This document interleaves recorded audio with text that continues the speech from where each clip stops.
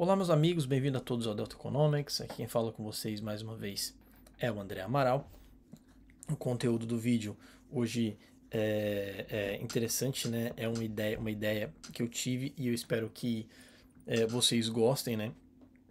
A ideia do vídeo de hoje é uma aula, na verdade, né? A primeira aula é sobre macroeconomia, né? Bem princípios assim básicos, com o objetivo de, claro, trazer conhecimento, né, para quem me acompanha aqui no canal, mas que possa te auxiliar na hora de fazer análises macroeconômicas, né, pensando sempre aí no objetivo de investimentos e tal. Então a ideia, qual que é a ideia? Construir um conhecimento a partir do básico, né, que eu acho que para todo investidor, né, antes de tomar uma decisão, em investir em determinado país e tal, é importante que ele consiga e seja capaz de analisar a condição macroeconômica daquele país.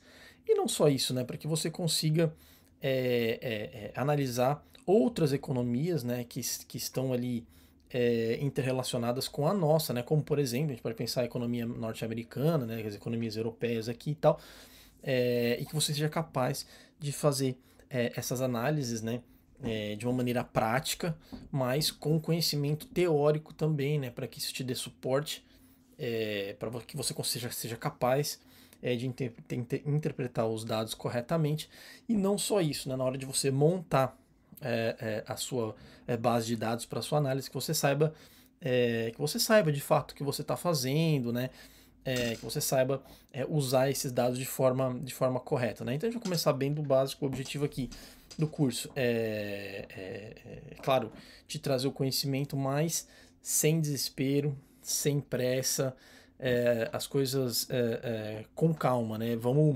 Eu não vou ter pressa nessa aula aqui. Então, se você é alguém que está aí sedento por um conhecimento específico e tal, cara, se danou, porque o objetivo aqui é fazer uma aula prazerosa, né? Não algo muito maçante, mas seja prazeroso também, é degustar de fato mesmo aqui os conceitos macroeconômicos. A gente vai fazer uma análise rápida e prática aqui, e também vamos explorar um pouquinho mais a parte teórica. Antes de dar início na aula, efetivamente, eu peço para você que está assistindo, né, o conteúdo e tal, caso você goste, considere se inscrever no canal. E não só isso, né, que você compartilhe com seus colegas e tal, né, se você está cursando, né, a faculdade de economia ou algum curso que está correlacionado com a economia e tal, que você terá a disciplina de macroeconomia e tal, eu sugiro que você compartilhe com seus colegas, que talvez facilite bastante aí para eles. E não só isso, né? Caso você esteja estudando para certificações ou concurso público também, que isso possa aparecer, tenho certeza que vai agregar bastante. Então, sem mais delongas, vamos dar início ao vídeo de fato e vamos entender. Bom, vamos começar aqui por partes, né?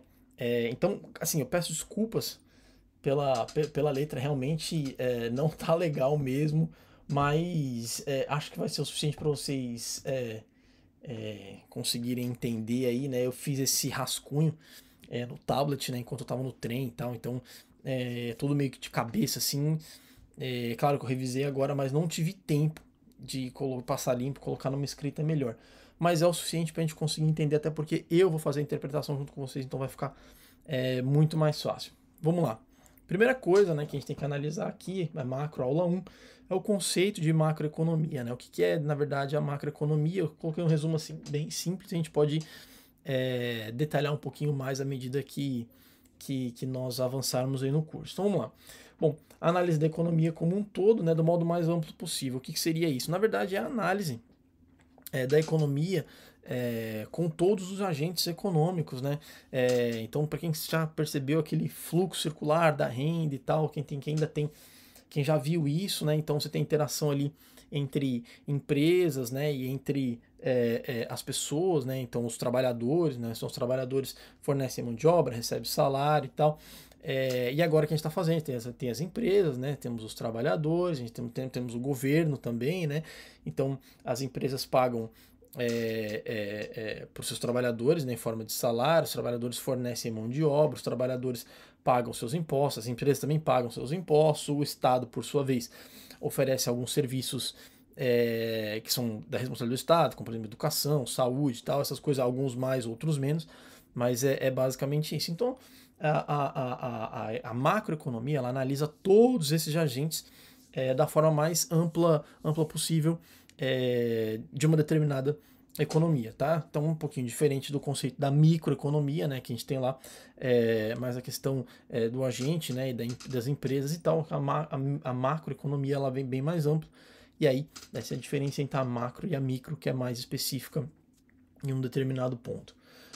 E o que são as variáveis agregadas, né? Isso é importante porque à medida que a gente vai avançando no curso, ela vai ser cada vez mais, elas aparecerão cada vez mais, né? Então é importante que você já tenha isso mais claro já desde agora, né? Então as variáveis agregadas, então a gente tem lá o PIB, né? Taxa de juros, emprego, salário, inflação e taxa de câmbio, né? Entre outros. E essas variáveis, elas são conhecidas como variáveis endógenas. E isso é importante porque muita gente se confunde, e é um conceito um pouquinho confuso de entender mesmo, mas eu acho que a explicação aqui vai ficar bem mais fácil, vai ficar bem mais simples. Então, o que seria uma variável endógena? Eu coloquei uma definição determinada pelo modelo, né, e dentro da economia. Talvez não fique tão claro assim, mas com o exemplo vai ficar mais fácil. Então, essas variáveis não podem ser influenciadas ou alteradas por algumas, mas são produtos de interações de demanda doméstica e global e pressões de oferta. Então, vamos pegar um exemplo para ficar mais fácil, né? Então, o governo determina que o crescimento econômico vai ser de 5% ano que vem. Bom, olha, isso não faz muito sentido, porque você não tem como criar um crescimento assim na canetada, né? O que acontece? O crescimento ele é função das interações, né, dessas variáveis, das variáveis econômicas, né? E isso vai causar ali o crescimento econômico, né? Então ela é um produto das interações dessas variáveis macroeconômicas. Não só isso, também está falando dos choques e de políticas também macroeconômicas, né? Então, a variável endógena, então, ela é função de interações dessas variáveis que compõem a economia, né? Então, o crescimento econômico ele é função do quê? Bom, ele é a função da taxa de juros, ele é a função do consumo, ele é a função dos gastos governamentais, né? Então, assim, são essas variáveis aí que vão ali modelar o crescimento econômico. Então, ela é determinada por esse modelo, né? Então, ela não pode ser fixada, né? Assim, mas ela é um produto dessas interações. E o contrário também, nós temos também as variáveis exógenas. Essas variáveis são determinadas fora do modelo, né? Então, ela não é um produto das interações dessas variáveis, né? E aí eu coloquei até um exemplo aqui, a implementação de políticas macroeconômicas, né? Então, isso aí quem formula são os agentes econômicos, né? Pelo menos aqueles que são os detentores do poder, né? Então, por exemplo, vamos pensar ele no Banco Central, ele determina a taxa de juros. Tudo bem que, de fato, você já assistiu a aula de política monetária, muito importante. Eu sugiro que, se você ainda não tenha visto, volte lá, assista, porque vai agregar muito conhecimento. Então, você sabe que o Banco Central ele estabelece ali a meta de taxa de juros, né? Então ele persegue aquilo através das políticas monetárias, através do open market, do redesconto, né? Do depósito compulsório. Então, se você já viu isso, né? Essa aí são as ferramentas ali que o Banco Central tem para desenvolver a política macroeconômica. Alterações nos gastos governamentais, isso é importante, que a gente vai entrar no conceito de política fiscal daqui a pouco, e alterações também na oferta monetária, né? Então, é o controle ali de moeda da economia. Então, você percebe que essas variáveis, elas são variáveis exógenas ao modelo, né? Elas não são determinadas por um determinado modelo, elas não são produtos de interações ali daquelas variáveis que eu mencionei anteriormente, mas são variáveis ali, mas são variáveis que são ali estabelecidas, né? Então, acho que isso tenha ficado claro. Caso não, também deixe as dúvidas no comentário, não tem problema, que vai ser legal também essa interação. Então, algo importante que eu tenho aqui é a política fiscal, a política monetária e esses choques, né, que eu mencionei agora há pouco, que fazem parte ali das variáveis exógenas, né? Então, o que é a política fiscal? Então, primeiro, nesse momento, acho que é importante que você entenda que quando eu digo fiscal, é basicamente ali a parte receita e despesa, né? Como se fosse o orçamento da sua casa, né? Então você ganha tanto e você tem uma despesa de tanto. Esse é basicamente o seu fiscal, que eu já mencionei em alguns vídeos anteriores aí, de modo até muito mais prático, né? E hoje, e por que isso é importante, né? Então, por que essa aula faz todo sentido? Que desde já é importante, você deve ter escutado muito nas notícias agora, né? À medida que a gente tem um novo governo se formando, para entrar ali a partir de janeiro, e muito vem sendo discutido sobre o fiscal, né? Então, se você não é da área de economia, você deve ter se perguntado, tudo bem, mas o que é esse fiscal, né? Como que ele funciona e tal? Então, basicamente, fiscal é isso aí, né? É a sua receita, a sua despesa, e aí isso tem assustado os investidores. Então, hoje, mais ainda é importante que você saiba exatamente o que é. Então, eu coloquei alguns exemplos ali. Mudança na tributação, né? Então, isso inclui impostos e tal, né? E mudanças nos gastos governamentais. Ou gastar mais, ou gastar menos. Então, esse é o controle que você tem ali para a sua política fiscal. E a política monetária, como você pode ver, são mudanças na oferta monetária, né? Que a gente denomina como M, né? E na taxa de juros também de curto prazo, né? Isso aí que a gente já mencionou, estabelecida pelo Banco Central e tal. O Banco Central coloca uma meta, persegue essa meta de taxa de juros através das ferramentas de política monetária que eu já mencionei. E os choques, e esses choques, essa nomenclatura choque, ela é interessante porque a gente denomina isso como o efeito Black Swan, né? Como o efeito cisne negro. Para quem ainda não leu o livro do Nassim Nicholas Taleb, eu sugiro, é muito bom. Ele fala exatamente sobre isso, né? Sobre as análises estatísticas, né? Ainda sobre as análises macroeconômicas, né? Que envolvem estatística, que esses efeitos são efeitos extremamente relevantes, como a crise do coronavírus, por exemplo, tal, que nenhum modelo estatístico é capaz de pegar, porque são aquilo que a gente entende como efeito cisne negro mesmo, né? Então, então você tem os choques lá, então guerras, na guerra da Ucrânia mesmo e tal, o clima, né, estiagem, tudo, né, os choques de commodities e tal, terrorismo, essas coisas são variáveis exógenas, claro, né, e que distorcem completamente qualquer modelo estatístico, né, que você use para macroeconomia e tal. Então, são basicamente esses exemplos aí de variáveis exógenas que é importante você saber e tal, e distinguir aí essas diferenças, né? E algumas definições importantes, né, que eu acho que é válido a gente ter em mente também. E vamos começar desde o mais básico, tudo aquilo que você escuta no noticiário basicamente todo dia, né? Que é a definição, né, de produto interno bruto, né? O que é o PIB, na verdade. E o PIB nada mais é do que a produção total de um país, né? Ela é medida através do PIB, né? Ela é a produção total de todos os bens e serviços da economia dado um período, né? O que é importante você saber é que nesse cálculo só entram ali os produtos finais, né? Então, não produtos intermediários. Então, você imagina uma determinada empresa, ela produz um veículo. Então, por exemplo, se ela compra, né, a porta de outro lugar, isso não vai entrar, porque o que vai entrar é o veículo final, né? Porque o preço do veículo total já está incluso todos esses gastos aí que foram adicionados, né, para que você tenha o produto, né, o bem final. Então, produtos intermediários não entra, apenas produto final. E outra coisa que é importante também, né, pouco importa ali a origem da empresa. Então, se por exemplo a Renault produz um carro no Brasil, então pouco importa se ela é francesa ou não. Ela produziu no Brasil, vendeu no Brasil, então o PIB entra ali no cálculo do PIB brasileiro, né? Existem três óticas para o PIB, né? Então você tem a ótica da demanda, a ótica da renda e a ótica da oferta. A gente vai discutir cada um deles mais um pouquinho mais para frente, mas a gente vai focar mais na parte da demanda e da oferta, né? Essas duas óticas aí, que é bastante importante.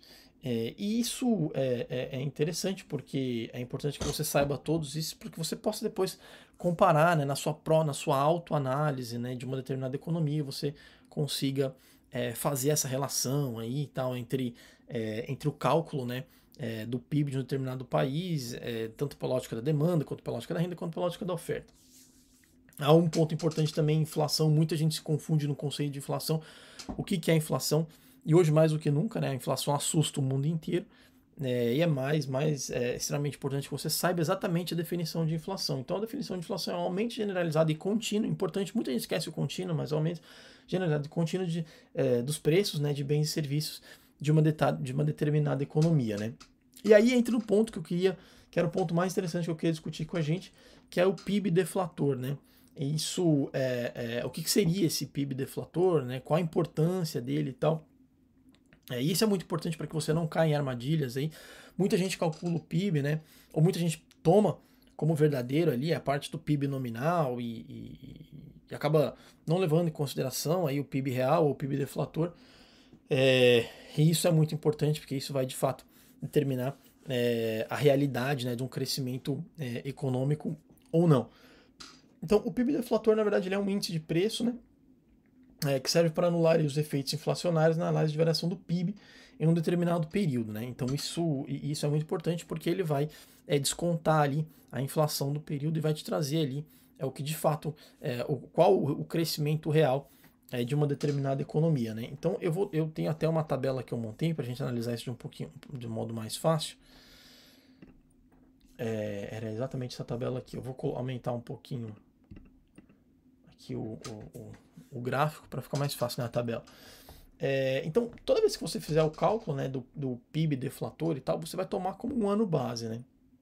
Então, eu coloquei aqui ano base, o ano 1, né? Então, que é o ano que a gente quer usar como ano base. E vamos supor que essa economia, né, que ela é extremamente simples, ela produziu ali 15 unidades do produto do bem X, né, por 50 centavos, e 50 unidades do produto Y por 60 centavos. Então, nós tivemos um total de produção do bem X no ano 1, que é o nosso ano base, de 7,50, e o produto Y de R$ 30 o total, né, nesse período. Então, é o nosso total, né, o nosso PIB total de 37,50. Mas preste atenção que esse é o PIB nominal. Eu não descontei inflação, não descontei nada nisso ainda. E depois, no ano 5, né, 5 anos depois, nós tivemos ali a produção de X, né? Então, essa mesma economia produziu 20 unidades de X por 65 centavos, né? Que deu um total de R$ 13, e 60 unidades do bem Y, né? Por 80 centavos, que deu um total de 48. Então, juntando todos esses bens e serviços produzidos na economia, nós tivemos um total ali de R$ 61. Perceba que eu coloquei num nível extremamente simples, né? Então, você imagina uma economia hipotética que produz apenas dois bens, né? Então, o bem X e o bem Y. E no ano 1, que é o nosso ano base, ela produziu 15 de X, 50 de Y, a 50 centavos e a 60 centavos, respectivamente. E nós tivemos um total de produzido, né, de 37,50. Ao passo que no ano 5, nós tivemos um total de produção de R$ 61. Percebe que aumentou foi não somente o preço, né, de cada bem, mas também a quantidade, né? E nós tivemos um PIB nominal total, né, no ano 5 de R$ 61. Então qual é a diferença? Agora a gente tem que procurar achar o PIB real, certo? Esse aqui é o que a gente quer. Então há várias maneiras, né, de você chegar no PIB real e tal, mas essa é uma maneira que nós usamos, né, para chegar ali depois e calcular o deflator, tá? Então, o que eu vou fazer para conseguir achar o PIB real? Basicamente, eu vou fazer o seguinte: eu vou usar a quantidade do ano corrente, né? Então, qual seria o meu ano corrente? Seria o ano 5 aqui, né? Com o preço do ano base. É simples assim. Então, o que eu tenho aqui? Quanto que eu tenho no ano total de produção no ano 5, né? Então, tenho 20 unidades do bem X por. Então, se o preço é o do meu ano base, então eu tenho 50 centavos. Então tem um total produzido de R$ 10. E a mesma coisa para o bem Y. Então no ano 5 eu produzi 60 unidades do bem Y a um preço que seria 60 centavos do meu ano base, né? Então que dá um total de R$ 36. Quando eu faço a somatória, né, então do meu PIB total, então eu tenho na verdade R$ 46. Então o meu PIB real no ano 5, né, é de R$ 46, certo? Isso ainda não é, no caso aqui, o deflator, né? Isso é basicamente só o PIB real. E como é que eu vou calcular, então, o meu deflator? Então, eu vou tirar aqui a minha tabela, porque eu tenho o exemplo já pronto aqui. Então, o meu PIB real, o meu deflator, na verdade, ele vai ser nada mais, nada menos do que o meu R$ 61, que é o quê? Que é o meu PIB nominal, no caso, né, do ano atual, que seria o ano 5, né, dividido pelo meu PIB real, certo? Basicamente isso. Então ele me trouxe aqui 1,33. E o que isso quer dizer, então, esse 1,33? O que ele significa? Bom, esse número, na verdade, ele nos diz que a inflação entre o ano 1, que seria o meu ano base, e o ano 5 foi de 33%. Ou seja, o meu PIB nominal ele deve ser deflacionado por 33% para que a gente consiga chegar no PIB real. Então, a minha inflação durante esse período foi uma inflação de 33%. Claro que essa não é a medida de inflação que nós usamos no dia a dia, né, pelo menos a mais usual, é porque ela não vai refletir de fato a realidade de uma família, né? Então, por exemplo, você é uma pessoa ali que trabalha e tal, então sustenta a sua família. Esse índice não diz muita coisa para você. O que você quer saber mesmo é aquilo que você compra no dia a dia, né? Por isso que nós usamos ali o IPCA, né, que é o Índice Geral de Preços ao Consumidor Amplo, porque ele usa ali uma cesta, né, de bens ali que de fato reflete o consumo do trabalhador, né? Então ali sim é mais real. Por isso que a gente não usa muito, né, no nosso dia a dia ali, pelo menos para as famílias, né? Não faz muito sentido. Então quando você percebe ali quando você busca na notícia, né? Bom, como que ficou o IPCA e tal?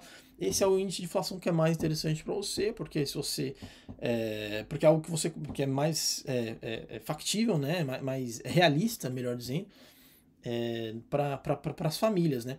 Assim como também o IGPM também, né? Porque ele é importante, porque ele também entra ali a questão ali dos aluguéis, né? Então geralmente os aluguéis são ajustados pelo IGPM, então ele faz mais sentido, sobretudo para quem ou é dono de imóvel ou para quem paga aluguel, para quem aluga imóvel também, né? Então é importante ficar de olho também no IGPM. Mas essas medidas, né, de inflação e tal, a gente vai estudar um pouquinho mais para frente. Essa aula era a aula 1, a aula mais simples, mais introdutória. Mais para frente a gente vai começar a entrar no conceito, né? E vamos começar a analisar as curvas de demanda agregada, né? Claro, de oferta agregada também. Até ao ponto, né? De chegar ali no modelo ISLM e tal, a gente discutir ali, que é modelos mais avançados, né? E discutir de fato como essas interações impactam o nosso investimento. Mas por hoje, pessoal, acho que era isso. Eu acho que foi um vídeo que ficou legal, ficou simples, rápido. Espero que você tenha gostado. Caso tenha gostado aí, pelo menos dessa parte mais importante, né? Como você calcular o PIB deflator aí nas suas análises, né? E saber de fato ali o que é o PIB real, né? O que é o PIB deflator. Eu acho que já foi bastante interessante, né? Então, quando você perceber nas notícias e tal, o PIB ficou em 5, 6%, tá ok. Isso provavelmente é o PIB nominal. Mas o que te interessa mesmo é o PIB real, né? Que você também pode usar aí o PIB deflator para chegar no resultado ali mais interessante na sua análise. Beleza, pessoal? Então, mais uma vez, se você gostou do vídeo, peço que você curta, compartilhe com seus amigos também. Divulgue também, é importante, né? O canal vem crescendo bastante, isso é legal. O vídeo de simulação de Monte Carlo já passou de 1000 visualizações, mas o mais importante, né, antes de você chegar nesse nível, né, de criar a simulação de Monte Carlo, é você ter uma base sólida, né? Então eu tenho alguns vídeos aqui que eu fiz sobre análise de dados um pouquinho mais sofisticada, né? Nada muito ainda como regressão linear, regressão logística, até a própria simulação de Monte Carlo, mas que isso na verdade não é. Se você não tem uma base sólida, isso na teoria não deveria te ajudar tanto numa tomada de decisão de algum tipo de investimento. Né? Porque o ideal, toda vez que você vai fazer, que você vai criar, né, ali um determinado juízo de valor de algum investimento, né? É importante que você saiba, que você entenda todas as variáveis que estão ali em torno, né, desse seu investimento. E variáveis macroeconômicas são importantíssimas, né? Antes de repente você comprar um título público, ou de você de repente comprar ativos no mercado secundário ali de ações e tal. Então é importante que você entenda como que funciona essa dinâmica, né? E aos poucos a gente vai chegar no nosso objetivo, né? Que é te trazer bastante conhecimento sobre macroeconomia, e depois sim a gente pode migrar aí para um curso de estatística, um curso de microeconomia, e aí sim, claro, né? De análise de investimento mais aplicada, a gente pode trazer vários modelos ali de análise de investimento. Beleza, pessoal? Vou ficando por aqui, espero que vocês tenham gostado. Um grande abraço e até a próxima.